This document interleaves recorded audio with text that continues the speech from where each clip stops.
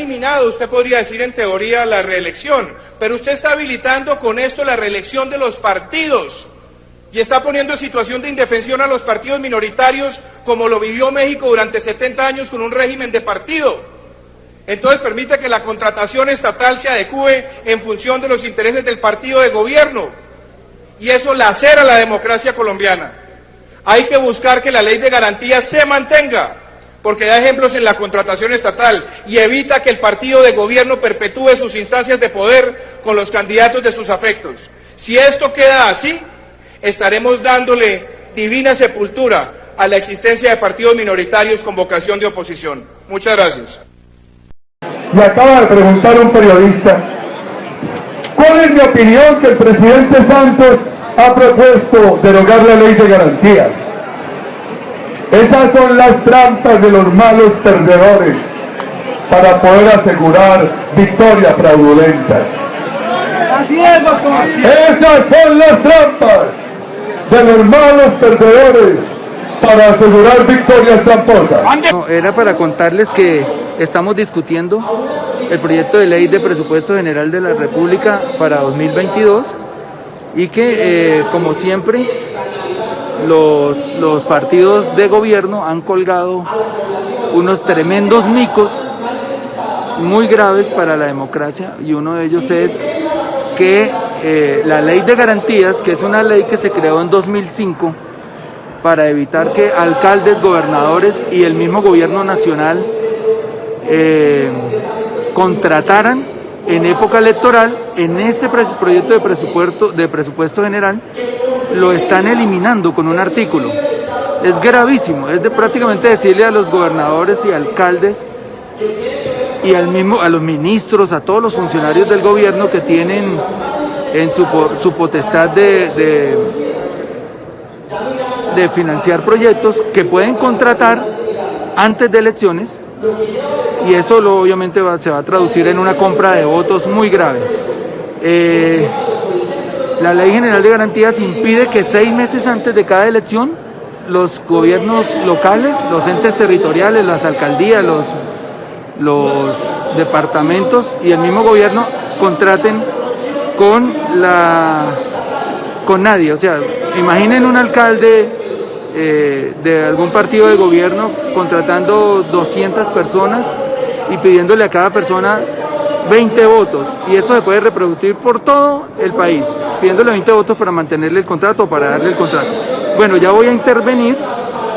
Tengo también que denunciar que anoche, y lo dijo ahorita la senadora Aida Bella, denunció que a su oficina entraron a la fuerza, aquí en las instalaciones del Congreso, un sitio con por lo menos 100 cámaras, yo no sé cuántas cámaras tendrá el Congreso, hay que averiguar ese dato, custodiado por la policía, por el ejército, por la DEA, por los marines, por todo el mundo.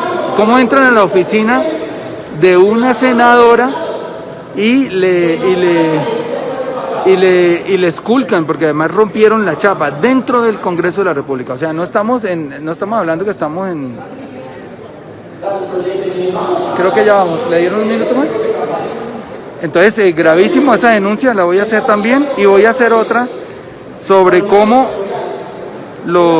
están desfinanciando la paz. Voy a dar unas cifras increíbles de ver cómo este gobierno le apostó a la violencia, y por eso las cifras tan grandes que tenemos hoy de muertes violentas, de masacres, etcétera. Entonces, estén atentos, ya voy a intervenir, yo creo que en unos 2 minutos, y por favor la idea es que la gente comparta, que ustedes me ayuden a compartir esta intervención, porque ahí vengo con unas denuncias graves. ¿Listo? Entonces me voy a ir acercando allá. Tiene el uso de la palabra la senadora Aida por 3 minutos, para una constancia. Muchísimas gracias, señora presidenta. Quiero dejar la constancia de que mi oficina fue violentada anoche. Las chapas, yo fui la última persona que salí ayer aproximadamente a las 6 de la tarde, y sé cómo estaban las chapas. Nos costó dificultad esta mañana, no podíamos usar las llaves, y creo que una fue interferida con una broca y la otra la dejaron volando. Está en este momento la policía y también la administración mirando qué hicieron.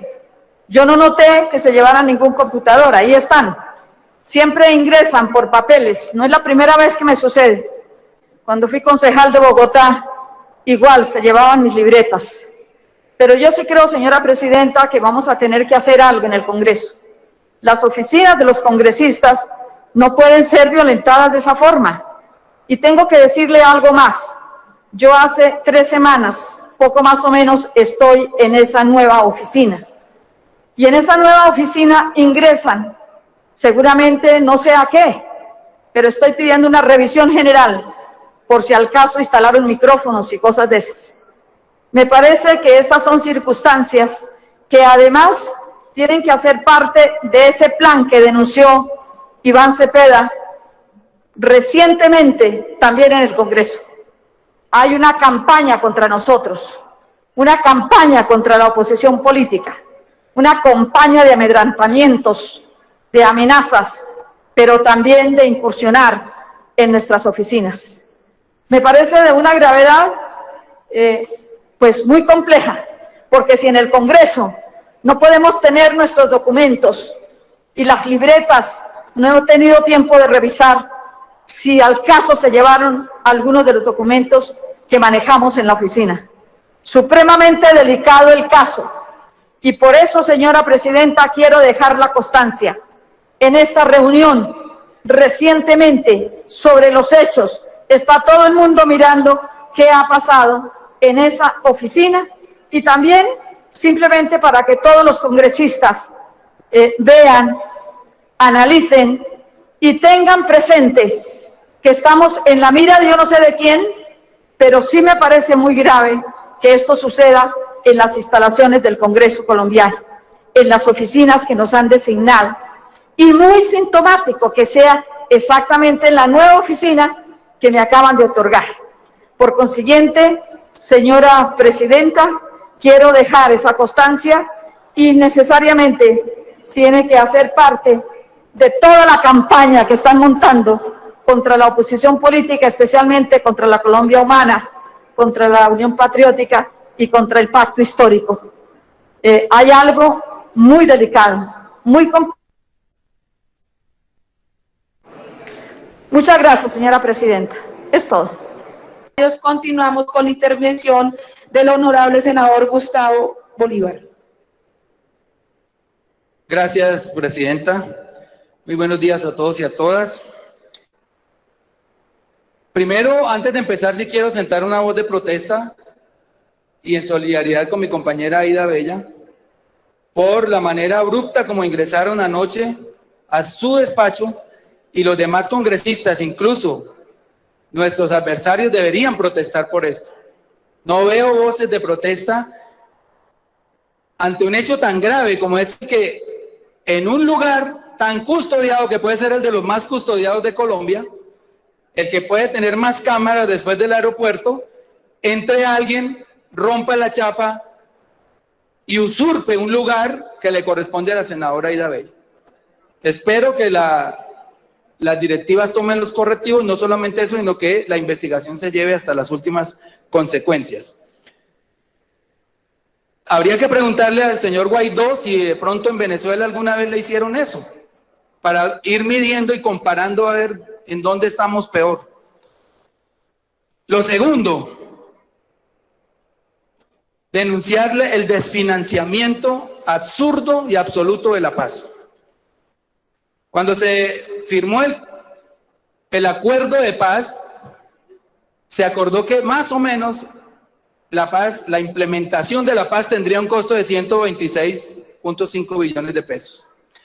De esos 126.5 billones, a través del presupuesto, tendríamos que entregarle a esa implementación 46 billones de pesos. Pues les traigo unas cifras que nos deberían preocupar, pero además nos dan la respuesta a lo que está pasando en este país de las masacres. Este país que ya va para 80 masacres en este año y que tuvo 91 masacres el año pasado. En 2017 se destinaron del presupuesto nacional 6,7 billones de pesos para la paz. En 2018, 5,33 billones para la paz. Entra el gobierno de Duque y ese presupuesto baja a 3,1 billones de pesos, la mitad de lo que se le había entregado en 2017. Para 2020 se destinan 1,31 billones para la paz. Para 2021 ni siquiera 1 billón, 970 mil millones, es decir, 0,97 billones. Y para el año 22, que aquí es donde enciendo las alarmas, hay 780 mil millones. Es decir, el pico de lo que se entregó en 2017, 6,7 y aquí 0,7. Esto es inaudito e inaceptable. ¿Cómo un país que ve morir a más de 1.140 líderes sociales en menos de 4 años, y un país que ve cómo crecen el narcotráfico silvestre prácticamente, cómo pasamos a tener 600 toneladas de cocaína en la época de Pablo Escobar a 1.218 el año pasado, desfinancia totalmente la paz, sabiendo que el narcotráfico es transversal a todos nuestros problemas de violencia? Pues señor Duque, señores del uribismo, los felicito, cumplieron su palabra de hacer trizas la paz.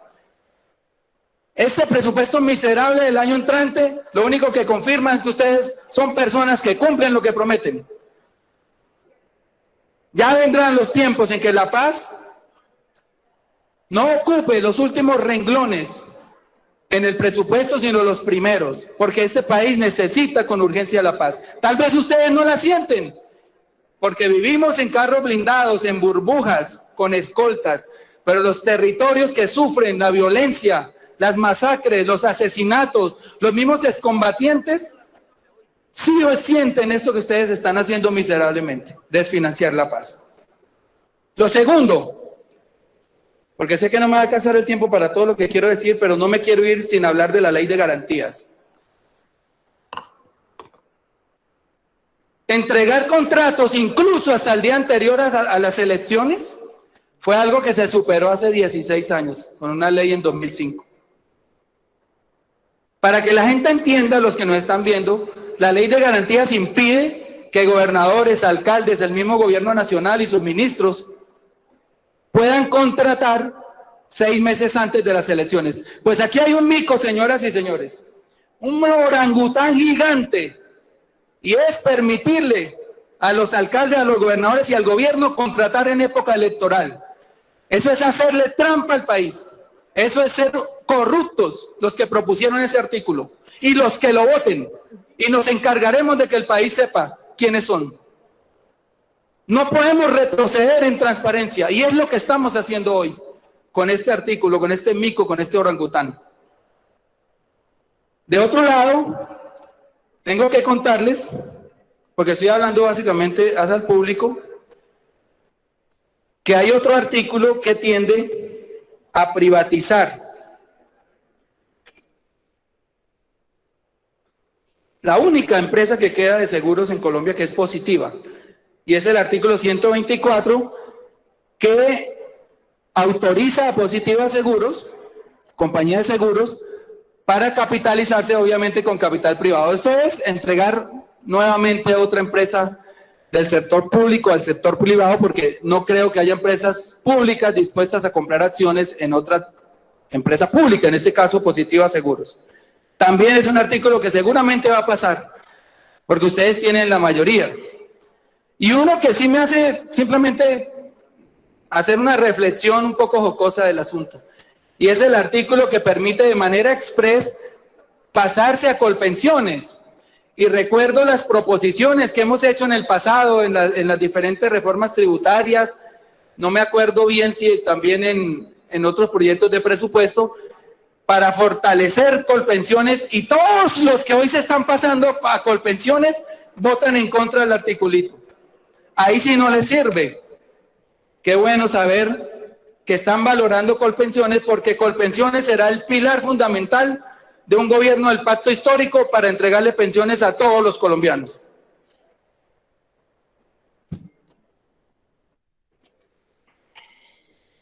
Este presupuesto que estamos aprobando hoy, que van a aprobar ustedes hoy, es el cuarto de este año y significa que llegamos a una cifra impresionante, 1.287 billones de pesos gastados en estos 4 años. Y a juzgar por las reservas que están haciendo, por los pocos montos de ejecución que denunció aquí la compañera Catherine Miranda, pues uno calcula que 2022 podría ser el año más corrupto de la historia. Saben que tienen las elecciones perdidas y las quieren comprar. Trataremos de impedirlo, no es fácil, pero lo intentaremos, porque los organismos de control, apague y vámonos, nos cuestan en el presupuesto de 2022 cerca de 9 billones de pesos, entre la Fiscalía, que tiene 5.1 billones de pesos, la Procuraduría, que tiene cerca de 900.000, etcétera, la misma Contraloría, nos cuestan casi 9 billones de pesos, y yo les pregunto, ¿para qué nos han servido? Si los grandes casos de corrupción de este país los descubren o Estados Unidos o periodistas, y recurro a 2 o a 3 ejemplos, simplemente, ¿quién descubrió que en Colombia estábamos repartiendo billones de pesos en sobornos de la empresa Odebrecht? ¿La Contraloría? ¿La Fiscalía? No, lo descubrieron en Estados Unidos. ¿Quién descubrió el cártel de la toga? ¿Quién nos dijo que los magistrados eran corruptos? Que algunos magistrados de la Corte eran corruptos. La Fiscalía, la Corte, la Procuraduría, nadie. Nos lo descubrió la DEA. ¿Quién descubre que Mintic estaba girando 70.000 millones a una comisión de corrupción al exterior? ¿La Fiscalía, la Contraloría? No, lo descubrió una periodista, Paola Herrera. Lo mismo que quien denunció el paramilitarismo fue Gustavo Petro, o quien denunció el carrusel de las contrataciones en Bogotá fue Gustavo Petro, y así hasta incluso Agroingreso Seguro, que fue una publicación de la revista Cambio que hoy anuncia su regreso. Los periodistas y países extranjeros descubren los grandes entuertos de Colombia, porque los entes de control en Colombia sirven para perseguir a los opositores de turno. Ojalá que nosotros seamos gobiernos para demostrarles que no los vamos a perseguir y para tapar a los compañeros. Hoy, por ejemplo, yo tengo 2 investigaciones en la Procuraduría, 3 en la Corte Suprema, una pérdida de investidura, todo por comprarle cascos y guantes y gafas a los jóvenes que les... Culmine, senador. Todo por comprarle elementos de protección a jóvenes que los videos no mienten, la policía les estaban masacrando. Y para mí sí, seguramente va a haber justicia, y la espero para colgarme esas medallas de honor en el hombro. Pero para los corruptos de este país, para los grandes ladrones de este país, no habrá justicia. Muchas gracias, señora presidenta.